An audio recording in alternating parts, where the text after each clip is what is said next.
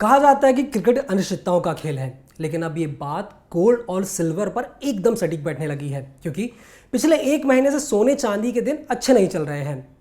अगर दोनों धातुओं की बात करें तो लगातार इनमें उतार चढ़ाव जारी है। इस कारोबारी हफ्ते में सोना लगभग 3,000 रुपये से ज़्यादा टूट चुका है, वहीं चांदी लगभग 15,000 रुपये तक सस्ती हो चुकी है, खासकर तब जब मिडिल ईस्ट वॉर लगातार गहराता चला जा रहा है। आमतौर पर माना जाता है कि जियोपॉलिटिकल टेंशन के दौर में गोल्ड सिल्वर में जोरदार उछाल देखने को मिलता है, लेकिन इस बार कहानी बिल्कुल अलग नजर आ रही है, क्योंकि इस वक्त कीमतें किसी डेटा के आते ही रॉकेट बन जाती हैं तो कभी किसी बयान के आते ही धड़ाम से गिर जाती हैं। तो ऐसे में सवाल उठने लगे हैं, क्या अब सोना चांदी खरीदना सही रहेगा या फिर अभी और इंतजार करना चाहिए? आपके मन में भी ऐसे कई सारे सवाल उठने लगे होंगे, तो आज ऐसे ही सवालों के जवाब तलाशने की कोशिश करेंगे। नमस्कार, मैं हूं अंकित कुमार कटियार और आप देख रहे हैं जागरण बिजनेस का वीकली शो प्रॉफिट की मंडी, जिसमें हम गोल्ड सिल्वर, बेस मेटल से लेकर क्रूड ऑयल और एग्री कमोडिटी की विस्तार से चर्चा करते हैं। आज के शो में हम बात करेंगे गोल्ड सिल्वर और क्रूड ऑयल की कीमतों पर, और आज आपके मन में उठ रहे सभी सवालों के जवाब देने के लिए हमारे साथ मौजूद हैं SEBI registered market and commodity expert Anuj Gupta ji. Anuj ji, बहुत बहुत स्वागत है जागरण बिजनेस में। अनुज जी, सबसे पहले मैं आपसे ये समझना चाहता हूँ कि जैसे अभी तक ये कहा जाता है आमतौर पर क्रिकेट की भाषा में कि क्रिकेट अनिश्चितताओं का खेल है, ठीक है, लेकिन पहली बार हम ऐसा देख रहे हैं कि सोना चांदी एकदम अनिश्चितताओं के दौर में जा चुका है, ठीक है। अगर हम पिछले एक हफ्ते की बात देखें, जैसे ट्रम्प का साहब का एक बयान आता है, उसके बाद सोना चांदी एकदम धड़ाम से गिर जाता है। अमेरिका कोई डेटा आता है तो सोना चांदी उतनी ही तेज़ी से जंप मार जाता है। तो अगर हम इस वक्त की बात करें, ट्रंप के बयान के बाद सोना चांदी लगभग एक हफ्ते में 3,000 रुपये से ज़्यादा सस्ता हो चुका है और चांदी भी लगभग 15,000 रुपये से ज़्यादा टूट चुकी है। तो मैं सबसे पहले आपसे समझना चाहता हूँ कि आखिर ये जो गिरावट का दौर है सोने चांदी में कब थमता हुआ नजर आ रहा है? देखिए अंकित जी, आपने वो ठीक कहा कि क्रिकेट अनिश्चितता का खेल है, और ऐसे ही देखिए मार्केट भी सेम है। मार्केट में हमेशा से आपको परफॉर्मेंस देखने को नहीं मिलेगी, मार्केट में आपको गिरावट देखने को नहीं मिलेगी, मार्केट ऊपर भी जाएगा नीचे भी जाएगा। बट इस टाइम पे क्या है कि मार्केट चल रहा है बिल्कुल स्टेटमेंट बाई स्टेटमेंट।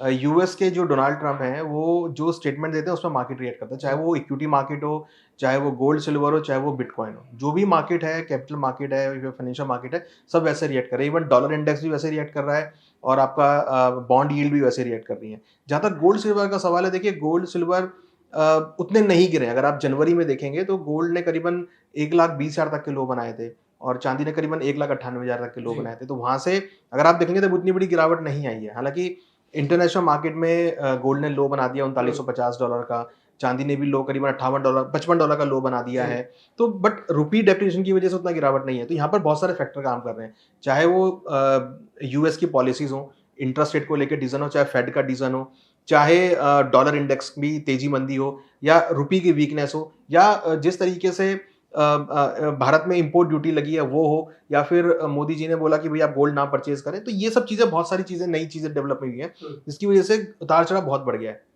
इनफैक्ट यहाँ पर जो नई चीज निकल कर आई है वो है फेडरल रिजर्व का इंटरेस्ट रेट बढ़ाना। उन्होंने बोला कि लास्ट मीटिंग में इंटरेस्ट रेट बढ़ाएंगे, बट अभी रिसेंटली जो मिनट्स आए हैं उसमें कुछ क्लैरिटी नहीं है। जो केविन वॉश है, नए फेड चेयरमैन है, उन्होंने क्लियर किया कि भाई, उन्होंने भी क्लियर नहीं किया कि भाई इंटरेस्ट रेट बढ़ाएंगे या नहीं बढ़ाएंगे। तो बहुत एक अनिश्चितता का खेल बन गया। प्लस उसमें वॉर का होना, वॉर का ईज ऑफ खत्म होना, वॉर में जो पॉलिसीज थी वो कैंसिल होना और दोबारा से संधि होना, ये बहुत सारी चीजें बहुत जल्दी जल्दी हो रही है। तो इसमें हम देख रहे हैं कि ये जो उठा पटा के बहुत फास्ट हो रहा है। पहले अगर आप देखेंगे तो डिसीजन जो थे वो बहुत लंबे चलते थे, बट अब डिसीजन ओवरनाइट चेंज हो रहे हैं। आज अगर वॉर हो रही है तो कल हो सकता है कि कल संधि हो जाए, और कल संधि हो सकता है परसों दोबारा वॉर छिड़ जाए। ये हमने पिछले हफ्ते देखा ना कि पहले केविन वॉश की स्पीच है, देन इसके बाद अमेरिकी बेरोजगारी के आंकड़े हैं, देन इसके बाद ट्रम्प का बयान, ये हमने लगातार देख ही लिया। और यही इनके बीच में 24 घंटे का भी फर्क नहीं है। तो जब केक मार्केट में 3 इंपॉर्टेंट बयान आ रहे हैं और अनएक्सपेक्टेड बयान आ रहे हैं, तो और उसमें 24 घंटे का भी फर्क नहीं है, तो मार्केट बहुत उठापटक भी होगी। आप, अगर मैं आपको बताऊं कि क्रूड का अगर आप देखेंगे तो क्रूड एकदम से गया $75, वापस वो नीचे $70 आ गया। बस 2 दिन के अंदर करीबन 4 से 5,000 रुपए की मूवमेंट आ गई है क्रूड के अंदर। तो ये वॉलिटिलिटी बहुत हाई हो गई है, और ऐसे में अनसर्टेनिटी ही सबसे बड़ी यहाँ पे जिम्मेदार है। अगर हम इस हफ्ते अभी ताज़ा आंकड़े अगर देखें, सो कॉमेक्स पर इस वक्त सोना लगभग $4100 के लेवल पर ट्रेड कर रहा है और चांदी भी लगभग $60 के आसपास कारोबार कर रही है। ठीक इसी तरह अगर हम MCX की बात करते हैं, MCX पर गोल्ड 1,43,000 के लेवल पर कारोबार कर रहा है और चांदी भी लगभग 2,30,000 के आसपास कारोबार कर रही है। तो अब ऐसे में बार बार सवाल ये उठने लगे हैं कि भाई जो निवेश करना चाह रहा है, जो इन्वेस्ट करना चाह रहा है, या जो आम ट्रेडर्स है, कि हम खरीदारी किस लेवल पर करें, कहाँ करें, ये गिरावट क्यों आ रही, थमेगी नहीं थमेगी। तो इस गिरावट के पीछे कौन से और बड़े फैक्टर ऐसा लगता है कि जो काम आ सकते हैं, मतलब हैं अभी? जैसे हमने एक मिडिल ईस्ट वॉर को छोड़ दिया, हमने ट्रम्प के बयान को छोड़ दिया, इसके अलावा भी कोई ऐसे फैक्टर हैं जो सोने चांदी को गिरा रहे हैं? देखिए अभी जो मेन फैक्टर काम कर रहा है वो कर रहा है फेडरल रिजर्व की स्टेटमेंट कि वो इंटरेस्ट रेट को नहीं बढ़ाएंगे या बढ़ाएंगे, और साथ में उनका ये बयान आना कि यूएस के डेटा को वॉच करेंगे।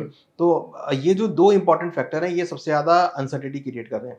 हालांकि देखिए वॉर का तो अब सबके माइंड में आ चुका है कि कभी जैसे रशिया यूक्रेन वॉर था कि भाई 2 दिन बाद होगा, 2 दिन बाद नहीं होगा, फिर होगा, फिर नहीं होगा। तो ये तो लोगों को क्लियर हो गया है कि यूएस ईरान का जो वॉर है वो 2 दिन चलेगा, 2 दिन ठंडा होगा, फिर सडनली चलता रहेगा ये। तो बट इम्पॉर्टेंट अब क्या है कि फेडरल रिजर्व का जो स्टेटमेंट है वो बहुत इंपॉर्टेंट है कि फेडरल रिजर्व क्या सोच रहा है मार्केट को लेके और इस वॉर को लेके उसका क्या थॉट है। क्योंकि देखिए अगर फेडरल रिजर्व का जो थॉट होगा वो ये इंडिकेट करेगा कि उनको वॉर से कितना नुकसान हो रहा है, कितना फायदा हो रहा है। अगर उनको लगता है कि भाई इंटरेस्ट रेट बढ़ा रहे हैं तो इसका मतलब कि उनकी इकोनॉमी को नुकसान हो रहा है, तभी वो इंटरेस्ट रेट बढ़ा रहे हैं। और वो नुकसान क्यों हो रहा है कि क्रूड के प्राइस बढ़ गए हैं, बेरोजगारी के डेटा खराब आए हैं, यूएस की इकोनॉमी उतना परफॉर्म नहीं कर रही है। इस वजह से वो एक रिफ्लेक्शन है कि भाई अगर यूएस में कुछ भी हो रहा है तो अगर फेडरल रिजर्व कोई स्टेटमेंट दे रहा है इसका मतलब कि वो ये देख रहा है कि वॉर से कितना नुकसान हुआ है। तो ये जो दो डेटा हैं, चाहे वो यूएस के डेटा हो या फिर फेडरल रिजर्व का इंटरेस्ट रेट को लेकर बयान हो, ये मुझे लगता है सबसे ज्यादा इंपॉर्टेंट डिस्कशन पॉइंट है जो लोगों को नजर में रखनी चाहिए कोई भी ट्रेड करने से पहले। हाँ, ये बात बहुत अच्छी बताई आपने। जैसे कि हम अब भी जब खबर कोई करते हैं या कोई हमसे पूछने भी आता है तो सबसे पहले उनके दिमाग में भी एक ये चीज़ आने लगी कि मिडिल ईस्ट वॉर तो बस अब वो चलता रहेगा, हम उस पर वो बहुत ज़्यादा नहीं कर सकते हैं। लेकिन इस बीच केविन वॉश और फेड के जो स्टेटमेंट लगातार आते चले जा रहे हैं या कोई डेटा आता है, जैसे यूएस फेड मिनट का भी अपडेट है, तो उसके बाद लोग ये पूछ रहे हैं कि यही क्या क्या सबसे बड़ा फैक्टर यही कि जिस पे हमको अभी नज़र रखनी चाहिए। तो मुझे लगता है कि ये ट्रेडर्स को सबसे ज़्यादा ध्यान में देने की ज़रूरत है, जैसा कि हम सब जान ही रहे हैं। अनुज जी, अभी जैसे अगर हम पिछले 6 महीने की अगर बात करें तो लगभग सोना 30% तक करेक्ट हो चुका है, चांदी भी लगभग 45 to 50% तक करेक्ट हो चुकी है। क्या इसमें आने वाले दिनों में और कोई करेक्शन की उम्मीद जताई जा रही है? देखिए इस बार की जो मीटिंग है फेडरल रिजर्व की वो बहुत इंपॉर्टेंट है। इस मीटिंग में क्लियर होगा कि आने वाले 5 महीनों में, 6 महीनों में क्या रणनीति वो निकालेंगे। क्योंकि देखिए वॉर अब इस महीने खत्म भी हो गया, इस महीने दोबारा से भी अनसर्टेनिटी आ गई है। यहाँ पर उनको एक डिसीजन देना पड़ेगा कि भाई आगे इंटरेस्ट रेट बढ़ाएंगे या नहीं बढ़ाएंगे, या वो क्या सोच रहे हैं। तो आपको यहाँ से बहुत बड़ा डायरेक्शन मिलने वाला है मार्केट को लेके। हालांकि ऐसा हमारा मानना है कि क्योंकि केविन वॉश शायद इंटरेस्ट रेट बढ़ाने के पक्ष में है, जबकि डोनाल्ड ट्रम्प इंटरेस्ट रेट बढ़ाने के पक्ष में नहीं है। क्योंकि अगर यूएस इंटरेस्ट रेट बढ़ाएगा तो उनको पे करना पड़ेगा इंटरेस्ट, उनकी ऑलरेडी इकोनॉमी ऑलरेडी डेट में है। तो डोनाल्ड ट्रम्प नहीं चाहेंगे कि आगे उनकी इकोनॉमी और डेट में जाती हुई नजर, क्योंकि आगे अगर आप देखेंगे तो आगे इलेक्शंस भी हैं, तो उनको बहुत सी चीजें अब बहुत नाप के उनको काम करना पड़ेगा जिससे कि आगे इलेक्शंस में वो अपने आप को प्रूफ कर सके। तो मुझे लगता है कि शायद फेडरल रिजर्व इंटरेस्ट रेट के बढ़ाने के पक्ष में ना हो, वो स्टेबल रखे उसको, और हो सकता है कि उससे आपको सपोर्ट आता हुआ दिखाई दे। तो कहीं ना कहीं मुझे लगता है कि मार्केट जो भी चल रहा है ये मिड टर्म सपोर्ट लेवल्स बन गए हैं जहां पर आपको एक्यूमुलेशन देखने को मिल सकता है। हालांकि हाइयर साइड जाना बहुत मुश्किल है क्योंकि कहीं ना कहीं जो एक जियोपॉलिटिकल कंसर्न है, सेव हेवन डिमांड जो है वो नहीं दिख रही है। गोल्ड ईटीएफ, सिल्वर ईटीएफ में बिकवाली देखने को मिल रही है। तो बहुत सारी ऐसी चीजें हो गई हैं जो गोल्ड के नेगेटिव में हो गई हैं। तो मुझे लगता नहीं है कि कुछ ज्यादा बड़ी आपको रैली देखने को मिलेगी, बट हाँ डाउन साइड यहाँ पे लिमिटेड मुझे लगता है कि यहाँ पर हो सकता है। हाँ, जैसे हमने मई में देखा कि लगभग 725 करोड़ से ज़्यादा की ईटीएफ की निकासी देखी गई उस दौरान। अनुज जी, अगर हम पिछले अभी जैसे ये जुलाई चल रहा है, जुलाई आखिरी मंथ, और आने वाले समय के हिसाब से अगर हम टारगेट प्राइस की बात करते हैं तो सोना लोएस्ट कहाँ तक जा सकता है और हाईएस्ट कहाँ तक पहुँच सकता है? देखिए अभी रिसेंटली गोल्ड 3950 गया था और डोमेस्टिक मार्केट में ऑलमोस्ट 1,38,000 के आसपास गया था। तो मुझे लगता है कि अगेन 3950 और 3800 ये बहुत स्ट्रॉन्ग सपोर्ट जोन है जहां पर एक अगर कोई डिप आता है, बड़ा डिप, तो यहाँ पर आके मार्केट आके रुकेगा। तो 3800 के आसपास, या अगर हम डोमेस्टिक मार्केट की बात करें तो 1,20,000 1,25,000 के आसपास अगर भाव मिलते हैं तो मुझे लगता है कि बहुत अच्छे लेवल्स होंगे जहां पर आप एक्यूमुलेट कर सकते हैं। और अगर हम ठीक इसी तरह चांदी की बात करें तो चांदी कहाँ तक गिर सकती है और कहाँ तक उछाल मार सकती है? देखिए चांदी का लास्ट टाइम लो था $49.80 का लो था, उसको ब्रेक करने के बाद वो $120 तक गया था।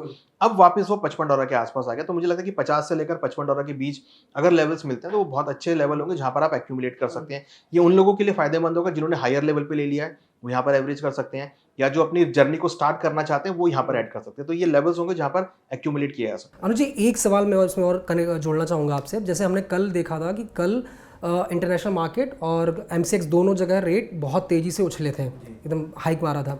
लेकिन इसके उलट जो दिल्ली सराफा बाजार है वहाँ पर सोना लगभग 1,000 रुपये सस्ता हो गया था और चांदी में लगभग 8,000 रुपये तक की गिरावट आई थी। ये बड़ा अंतर क्यों देखने को मिला? देखिए ये अंतर है फिजिकल डिमांड की वजह से। फिजिकल डिमांड मार्केट में नहीं देखने को मिल रही है और कहीं ना कहीं वॉर की वजह से लोगों को ये लग रहा था कि अगर ये दोबारा वॉर छिड़ गई और इंटरेस्ट रेट अगर बहुत हाई हो गया तो फिर हो सकता है कि भाव नीचे गिरते जाए। तो इसलिए स्पॉट मार्केट बहुत जल्दी एनालिसिस कर लेता है कि भाई जब वॉर हो गई, इंटरेस्ट रेट बढ़ेगा, भाव नीचे गिरेंगे, तो सब लोग अपना माल बेचने आ गए थे। तो हमने देखा था कि सराफा बाजार में कल बिकवाल बहुत ज्यादा थे। मींस जो लोगों के पास पुराना सोना था, पुराना चांदी था, उनको लगा कि अब वॉर छिड़ गई, इंटरेस्ट रेट बढ़ेंगे तो अब माल बेचना चालू करो। तो कल वो बिकवाली आई थी जिसका रेप्लिकेशन आज आप देख रहे हो फ्यूचर्स मार्केट में, कि फ्यूचर मार्केट में भी गिरावट आती है। जी बिल्कुल। अनुज जी, कई सारे लोगों के मन में ऐसे भी सवाल आ रहे हैं बार बार, क्या इस उतार चढ़ाव के दौर में सोना खरीदना सही रहेगा या चांदी खरीदनी सही रहेगी?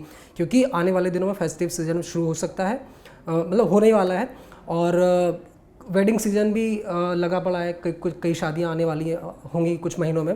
तो क्या अभी उनके लिहाज से अगर देखें तो क्या इस वक्त सोना खरीदने का सबसे सही समय है?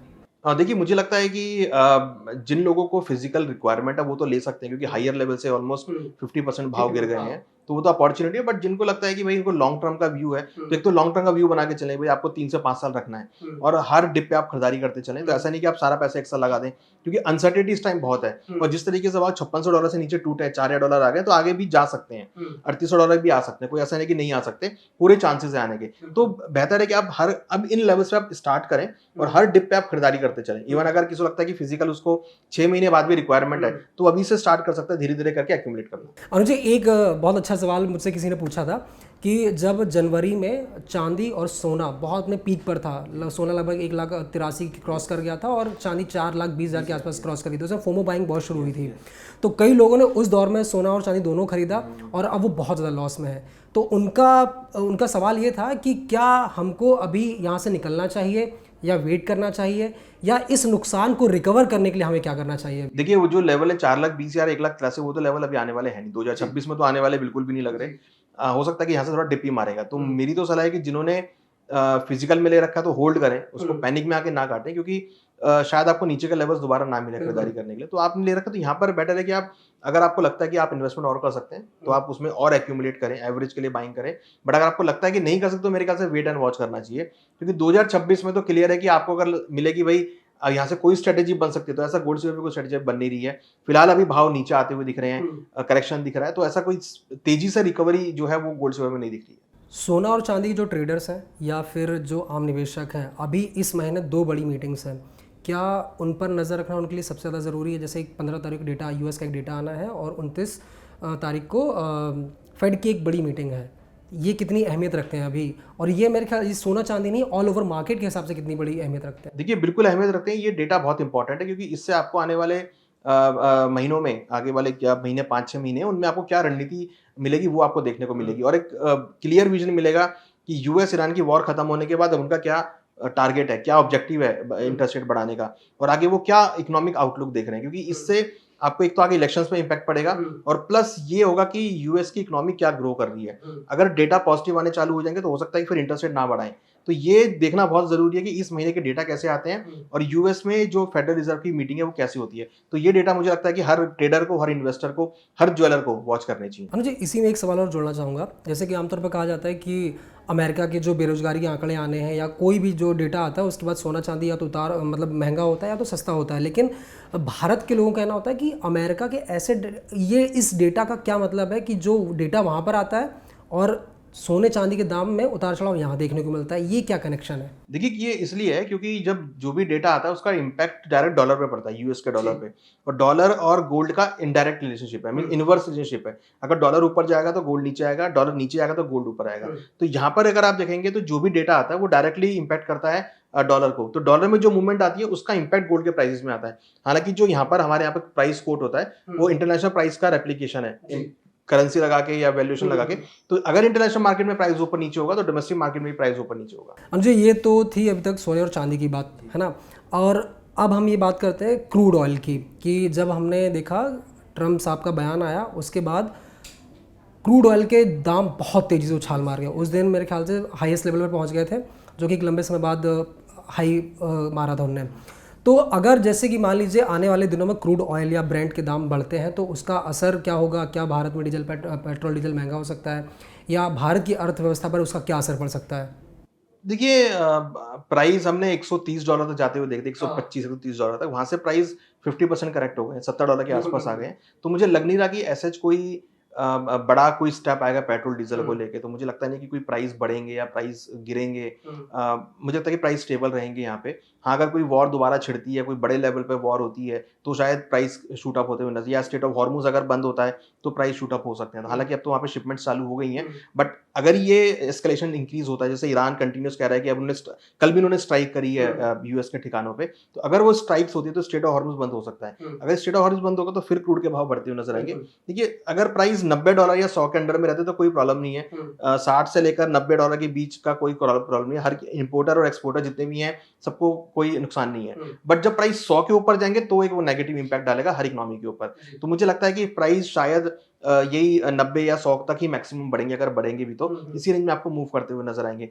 तो लग नहीं रहा कि सरकार कोई बड़ा स्टेप उठाएगी क्रूड को के प्राइस बढ़ाने के लिए, पेट्रोल डीजल के लिए। हाँ, अगर स्ट्रेट ऑफ हॉर्मुज़ बंद होता है या सप्लाई बिल्कुल बंद हो जाती है तो फिर वो इशू आ सकता है। जैसे अभी पेट्रोलियम मिनिस्टर जो हमारे, उन्होंने अभी कुछ दिन पहले एक स्टेटमेंट दिया था। उनका कहना था कि हमने जो क्रूड ऑयल जो खरीद रखा था वो हमने हायर लेवल पर खरीदा था, लगभग $120-130 के आसपास, और इसीलिए इस वक्त पेट्रोल डीजल सस्ता नहीं हो रहा है। क्योंकि हमने देखा कि जब $130 में क्रूड ऑयल था तब भी रेट वही थे, और जब क्रूड ऑयल लगभग 50, 55, 60, $70 तक आ गया है तब भी पेट्रोल डीजल के दाम वही हैं। तो आम आदमी है जो, उसके मन में बार बार ये सवाल आता है कि क्या अगर क्रूड ऑयल सस्ता होता है तो क्या भारत में पेट्रोल डीजल सस्ता होगा? तो इस पर उन्होंने बयान दिया था कि अभी हम जो हायर लेवल हमने ख़रीदा था, हम अभी उसी लेवल पर बेच रहे हैं, लेकिन अगर आने वाले दिनों में क्रूड ऑयल सस्ता होता है तो पेट्रोल डीजल के दाम सस्ते हो सकते हैं। इस पर आपकी क्या राय है? क्या आपको लगता है कि अगर वहाँ पर क्रूड ऑयल सस्ता हुआ तो पेट्रोल डीजल दाम सस्ते हो सकते हैं? देखिए, बिल्कुल हो सकते हैं। अभी अगर आप देखेंगे तो एवरेज जो है इंडिया का बहुत ऊपर है। तो क्योंकि पिछले 4 महीनों में लगातार हायर लेवल पे क्रूड एक्यूमुलेट किया है। तो अगर क्रूड के प्राइस 2-3 महीने इसी रेट पे रह जाते हैं, 70-80 की रेट पर या 60-70 की रेंज में, तो फिर आपको पेट्रोल डीजल में भी गिरावट आती हुई नजर आएगी। क्योंकि देखिए, कहीं ना कहीं अभी हमने देखा कि वॉर के टाइम पे हर एक ऑयल मार्केटिंग कंपनी ने बहुत बड़े बड़े लॉसेज डेली बेसिस पे बुक किए हैं। तो लॉसेज जैसे ही कंप्लीट होंगे, कवर होंगे, देन वो जो है अपने मार्जिन्स लूज करने चालू करेंगे। तो मुझे लगता है कि फिर उसमें आपको काफी अच्छे बेनिफिट मिल सकते हैं कि अगर ये प्राइस 2-3 महीने ऐसे ही रहे तो क्रूड के भाव में आपको 10 से 12 रुपए की गिरावट भी देखने को मिलेगी। जो प्राइस इंक्रीज हुए पेट्रोल डीजल में, वो वापस आते हुए नजर आएंगे। और जी, ये होगी आम निवेश, मतलब आम खरीदारों की बात, जो आम घरों में इस्तेमाल करते हैं हम क्रूड वगैरह या पेट्रोल डीजल। हम बात करते हैं अब निवेशकों की। जैसे अभी इंटरनेशनल मार्केट की बात करें तो लगभग $70 के आसपास और $75 के आसपास क्रूड और ब्रेंट दोनों ट्रेड कर रहे हैं, और इंडियन मार्केट में लगभग 6,800 या 900 के लेवल पर क्रूड ऑयल के दाम ट्रेड कर रहे हैं। और आपको क्या लगता है कि जैसे हम मिडिल ईस्ट की बात कर रहे हैं, अभी वॉर की, ट्रम्प का बयान आया, मिडिल ईस्ट वॉर वापस से छिड़ गया और क्रूड ऑयल जंप होकर गए। आपको लगता है कि आने वाले दिनों में क्रूड ऑयल में गिरावट या बड़ा उछाल कोई ऐसा आ सकता है? देखिए, गिरावट तो नहीं लग रही है, क्योंकि जो इश्यूज हुए हैं दोबारा से ईरान के साथ में, वो कभी भी एस्केलेट हो सकते हैं। जब भी एस्केलेट होगा, आपको तुरंत एक शार्प मोमेंटम देखने को मिलेगा अपसाइड में। तो मुझे लगता है कि प्राइस ऊपर की तरफ ही जाते हुए दिखाई दे सकते हैं। प्राइस ऑलरेडी काफी लोअर लेवल पर आ गए हैं, प्री वॉर लेवल पर आ गए हैं, जो कि वॉर से पहले थे। तो यहाँ से ज्यादा गिरावट मुझे लग नहीं रही है। मुझे लगता है कि यहाँ से प्राइस बढ़ना चाहिए, क्योंकि अगर कोई भी अनसर्टेनिटी होती है ईरान के साथ, यूएस के साथ में, इवन ईरान ने बहुत अटैक किए हैं गल्फ के ऊपर में, तो अगर वो दोबारा से एस्केलेट होता है तो फिर हो सकता है कि प्राइस शूट अप होते हुए नजर आए।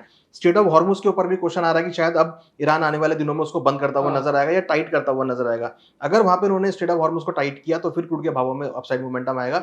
तो निवेशकों के लिए मुझे लगता है कि क्रूड के भावों में आगे ज्यादा डाउनसाइड नहीं है, हायर साइड आपको देखने को मिल सकते हैं। तो बेसिकली क्या अभी वो इसमें कमाई का बड़ा एक मौका तलाश सकते हैं? देखिए, बिल्कुल, अभी करीबन $70 के आसपास चल रहा है। मुझे लगता है कि क्रूड के भाव आपको अगले हफ्ते तक हो सकता है 75 से लेकर $80 तक आते हुए दिखाई दें। $90 से लेकर $70 ये रेंज मुझे लगता है कि क्रूड में रह सकती है। लेकिन इसमें एक बड़ा सवाल ये आता है कि जैसे हम बात करते हैं कि इन्वेस्ट करने की या निवेश करने की, तो क्रूड मतलब ट्रेडिंग तो हम कर सकते हैं, लेकिन जैसे पिछली बार हमारी जो बातचीत हुई थी उसमें था कि क्रूड इन्वेस्टमेंट की कमोडिटी नहीं है, क्योंकि ये स्टोर करना एक बड़ा चैलेंज हो जाता है। तो ऐसी सिचुएशन में क्या करना चाहिए? देखिए ऐसी सिचुएशन में आपके पास एमसीएक्स के कॉन्ट्रैक्ट्स हैं जी।